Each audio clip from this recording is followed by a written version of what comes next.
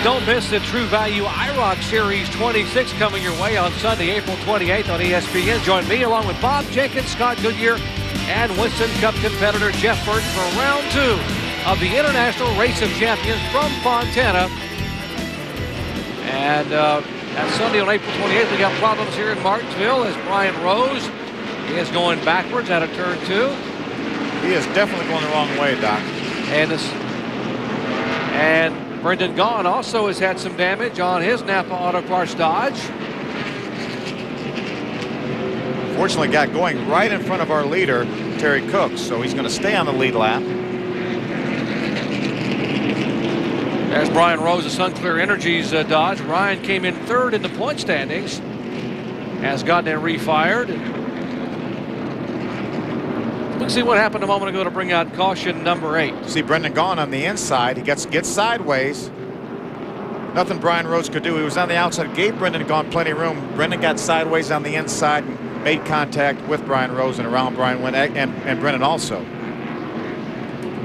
Tough break for both these guys. You see Brandon on the inside, got a little bit sideways, got in the corner a little bit too hard, and as he slid up the racetrack, caught Brian Rose in the left rear quarter panel and turned him around. And Ted Musgrave did a pretty good job. Boy, watch Ted Musgrave. He gets a whole windshield full of Brian Rose. There's Rose spinning. Musgrave, whoa, hang on, Ted. Good job, Ted. Nice job, Ted Musgrave. I'm sure Ted would like a little less of this action he's seen. Oh. Very close. He gets the Clean Laundry of the Week award. Boy, that would scare me enough. They shove Brian Rose back behind him. I'll talk to him in just a moment.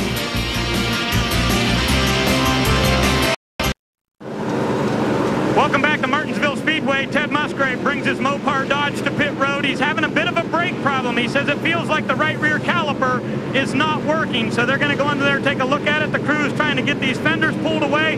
They've got plenty of fuel in it. Musgrave said he does have brakes, but it just feels a little funny in the center of the corner. So they're going to take a look at that and see if they can do anything to fix that truck up. All right, thanks, Ray. They're still working on the right side of Musgrave's truck. Others who have pitted just a moment ago included Andy Petrie, Kenny Strader, Travis Quapple was in. The 68 truck on pit road, Rodney Sawyers, a rookie out of Ridgeway, Virginia.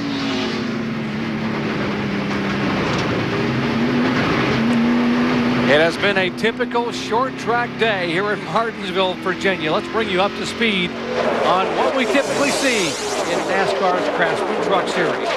Take a look. DW gets a little bit of tap on lap 3. How about some dancing? Tolsma gets tapped from behind, slowing down for the 20 truck. Kenny Schrader gets a little tag, and they jumble up behind him. Billy Lester involved. Tom Powers takes the leader out. Ted Musgrave in a spin and 1. Brendan Gaughan across the curb.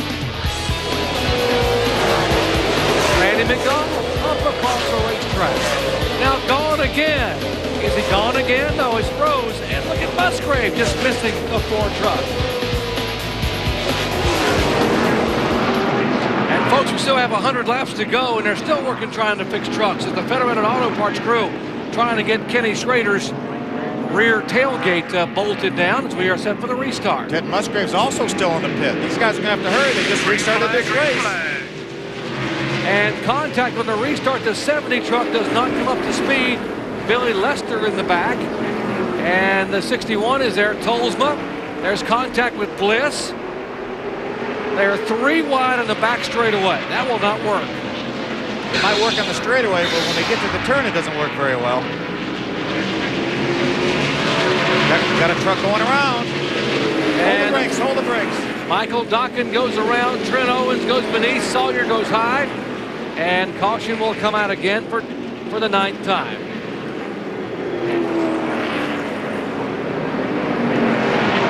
Carlos Contreras racing Terry Cook back to the line to get a lap back. Great heads up move by Carlos Contreras and his team. His spotter, I'm sure, said, hey, track's clear. Go get him, Carlos. Absolutely. And a veteran crew chief, Howard Comstock, who running that operation for Richard Petty and the Hot Wheels team. Now here's the 1 truck, the Mopar Dodge of Musgrave, that was on pit road when the green came back out a moment ago. Right? Well, Jerry, the right rear rotor is busted on the number 1 truck. They said the pad came out of there, and apparently that was the problem. When he hit the brakes the last time, it busted the rotor. So once again, Ted Musgrave is behind the wall. Remember, a year ago here, he had a rear end gear go out of the #1 truck, and that put them behind the wall early on in the race. So today they're behind the wall again. They're going to have to replace that right rear rotor. Ted Musgrave, they have dual master cylinders on these trucks, so he probably just has front brakes. He can probably get by with maybe just front brake for the rest of the race, but he will not be up to speed as well as he could have been. All right, Amy, what's going on with Brian Rose? Well, it simply won't fire. 2 cautions ago, remember, Brian was part of that caution. He came silently rolling down pit lane into his pit. They sprayed a ton of ether into the grill. They can't get it to turn over, so it's typically a good race for Bobby Hamilton Racing. It's not proving true so far. To Ray Dunlap. Well, Amy, Ted stayed out there on the racetrack, but the NASCAR officials have said you cannot stay on the racetrack. You must come in and replace that broken rotor because they do not want it to break completely apart and fall out and cause more damage for another truck. So the #1 will be coming behind the wall this time. And he's already being shown 3 laps behind. We are working caution for the 9th time of day. Michael Dawkins, truck number 51, spun around. Right now they're chasing Crook and Crafton at the top of the field.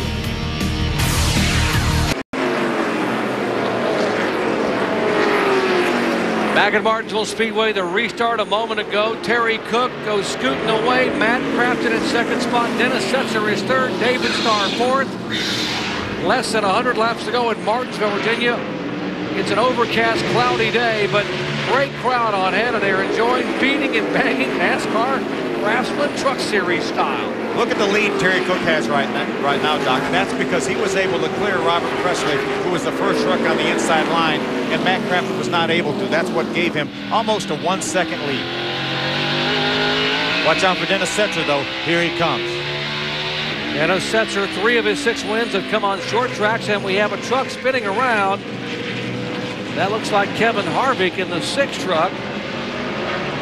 KevinHarvick.com, and he put his fan club's name on the hood of that truck.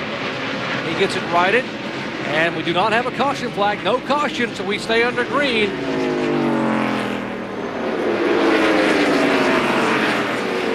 Cook, Crafton, Setzer, and Starr. That's the front 4. Looking at out of Billy Lesher's truck, little contact right there.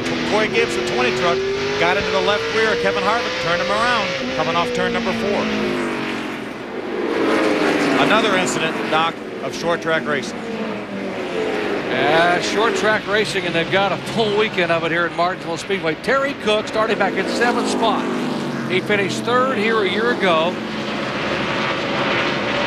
He has not won a NASCAR Craftsman Truck Series event since August 8th of '98 at Flemington, 86 races ago.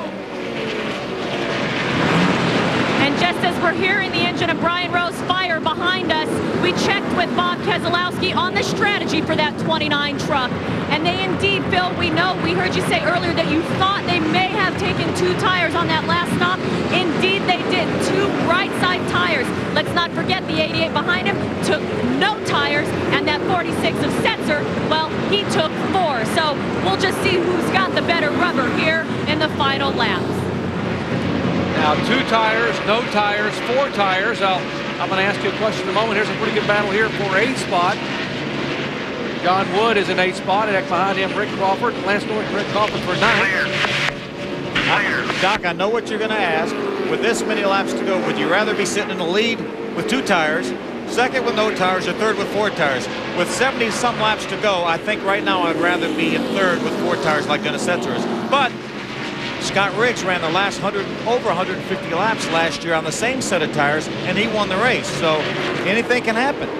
And Goodyear has had a great tire here for a couple of years. In fact, we're missing one of our buddies from Goodyear who retired recently. He was a fixture, a major part of the success story for Goodyear tires in NASCAR. Field manager Wayne Torrance retired after over 50 years with Goodyear. Doc, he beat me every time we ever played golf. Now that he was retired and has time to practice, I don't stand a chance. He's probably somewhere on the golf course today. But Wayne, if we're listening, buddy, we miss you, buddy. Thanks for a job well done for 5 decades. There's John Wood in the U.S. Navy sponsored truck out of the Jack Roush stable, having a good run. John just from 25 miles away up in Stewart, Virginia. Started back in 8th spot, now being shown still in 8th. There's Lance Norrick, the Express Personnel Services Chevy for Lance Norrick. Lance in the number 90 truck being shown in 11th spot on the lead lap. There are still 15 trucks on the lead lap. Carlos Contreras back in 15th spot, and there is Andy Petrie. Pretty heavy damage on the front of his green Craftsman Chevrolet. You see the water right there, so he's obviously busted the radiator. Oh, yeah, a lot of damage. There's Michael. There's the front end of... you wouldn't get in too hard. Yeah, it's too late. I was already there. Chevy Silverado, the Preenaway Weed Chevy. Michael Dockin also involved, as you mentioned. You said Kenny Schrader. There's Michael Dockin in the Rick Ware Dodge. A lot of damage to the right side of Michael's truck.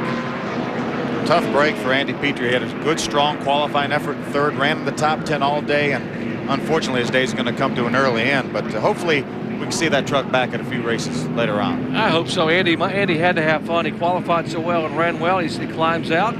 Let's see what happened from the Federated Auto Parts on board.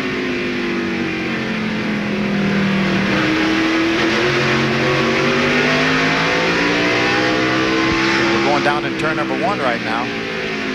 Andy got a little bit sideways. Oh, there's his contact with his buddy Ken Schrader. Ken used to drive for Andy. Yeah, and they are great friends. And Kenny Schrader's, oh man, of all people to hit. And there's Andy Petrie climbing out. Great job, Andy. Didn't get the finish, but did a pretty good job. Back with more live coverage in just a moment.